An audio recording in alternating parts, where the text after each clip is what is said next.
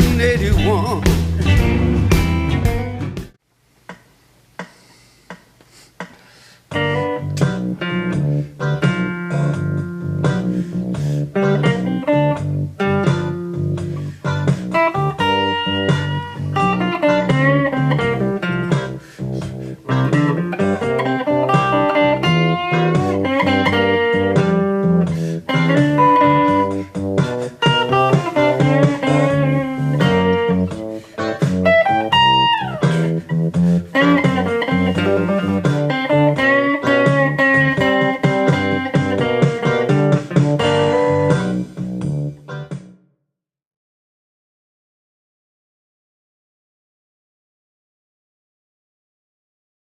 Hello, Earle Pughe here for Music Maker Foundation. Today we're looking at the intro to Houston Bound by Leonard Lowdown Brown. Leonard has a new CD coming out.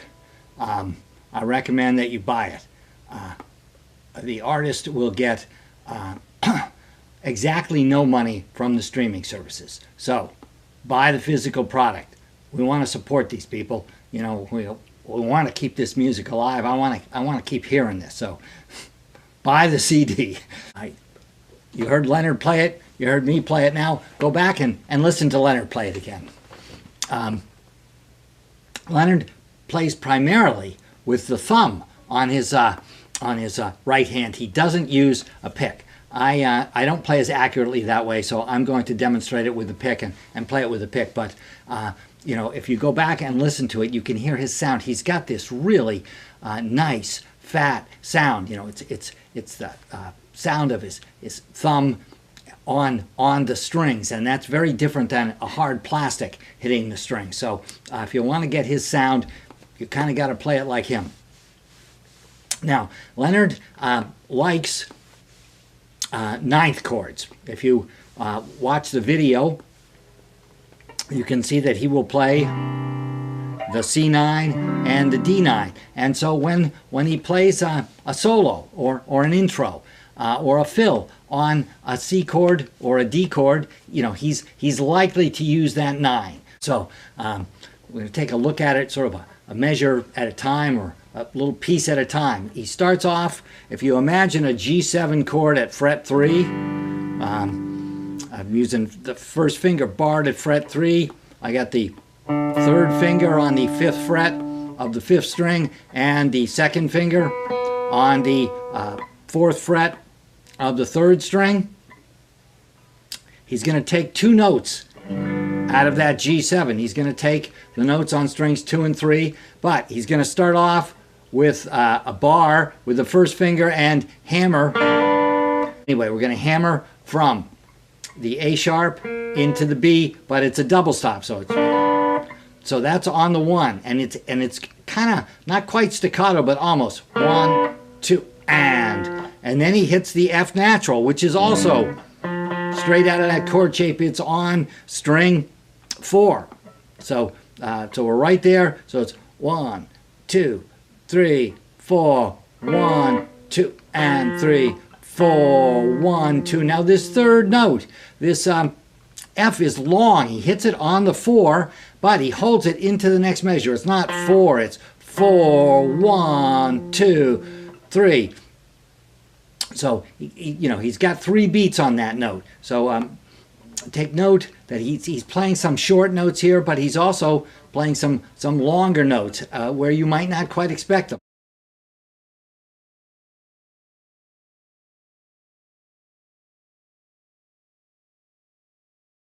Leonard likes to use the minor pentatonic scale in addition to playing a bit out of the chord shape. So he's got kind of two things going on here.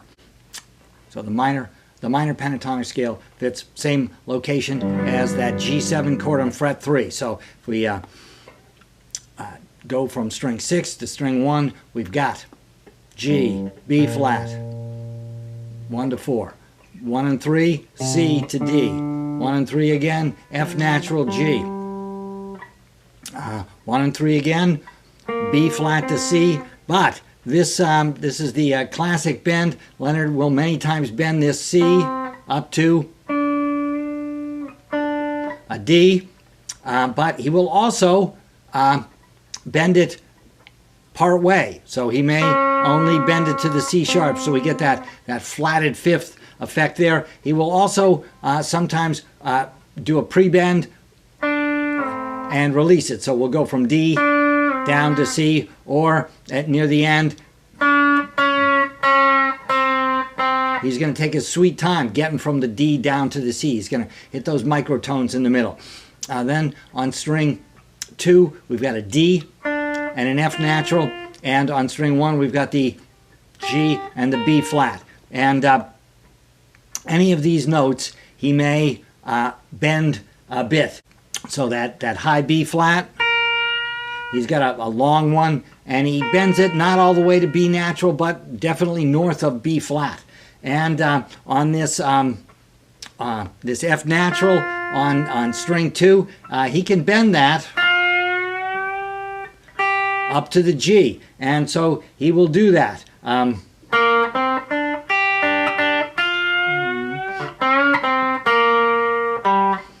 He's not just using the notes that a piano player could play. He can get the in-between notes, and he's making great use of those. So he starts off this next lick, and he's using notes from that scale. So it's 1, 2, 3. So this is a shuffle. I should have noticed that at the beginning. This is a shuffle, so we've got a 12/8 feel in sort of the underlying pulse. So it's 1, 2, 3, and 4 triplet, 1 and 2, and he's gonna so he goes straight up that minor pentatonic scale. 1, 2, 3, 1 and 2, 3, 4 triplet, and once again we get the timing there on that next lick is tricky, and the notes are kind of cool. We're still on the G7 chord, and he's playing an E, a G, and a B flat. Well, 2 of those notes are not in the chord, but if you imagined a G7 chord up on strings 1, 2, 3. If you move that down 1 fret, you get a G diminished chord. So this is very, the Delta guys do this all the time.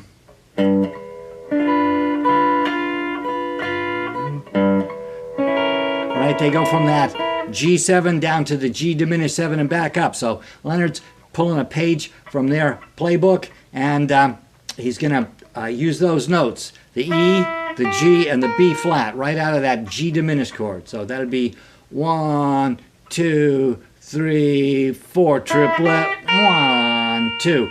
So once again, the timing's a little bit funny. He doesn't start on the 4. He starts on the second eighth note of a triplet. 1, 2, 3, 4 triplet, 1, 2, and we've got a long note there.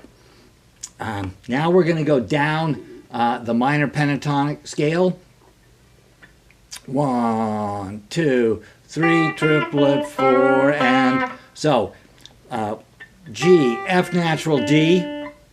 Then he's going to hit that C note and immediately bend it up to a D, and then bend it back down to a C. So he's going to hit it twice, but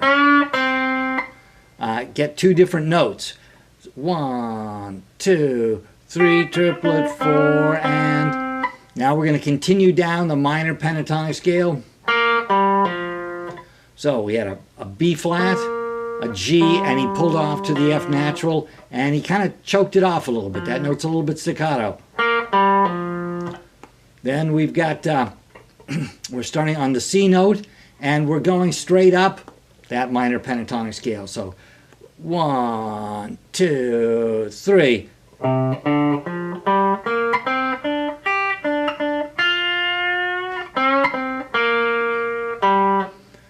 So we had a lot of triplets there in a row. So very notey. He's been using longer notes and a lot of space. You know, he can play fast and notey when he wants to. So we had 1, 2, 3, and 4 triplet, 1 triplet, 2 triplet, 3 triplet, 4 triplet, 1, 2. That bend there at the end, it actually happens later than the 4. It's really difficult to get it sort of late enough. It just feels like it ought to be on the 4, but it's much cooler if it isn't. Now, if we imagine once again that G7 chord, looks like a D7 chord, but we're up on frets 6 and 7. We're going to use the notes on strings 3 and 1. So he's going to hit the C. So I'm at the 5th fret on the 3rd string, slide immediately to the 7. So that was 1, 2, 3, and 4 triplet.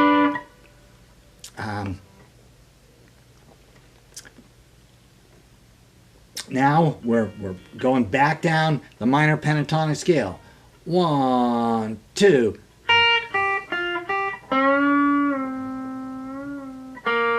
Now here he B flat, G, F natural, G. Now we're going to hit that C note, bend immediately to D4, and so he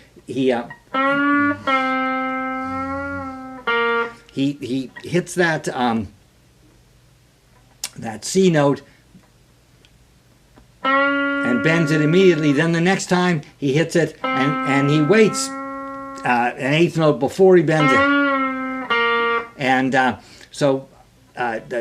you've really just got to listen to him to get his phrasing. So 1, 2.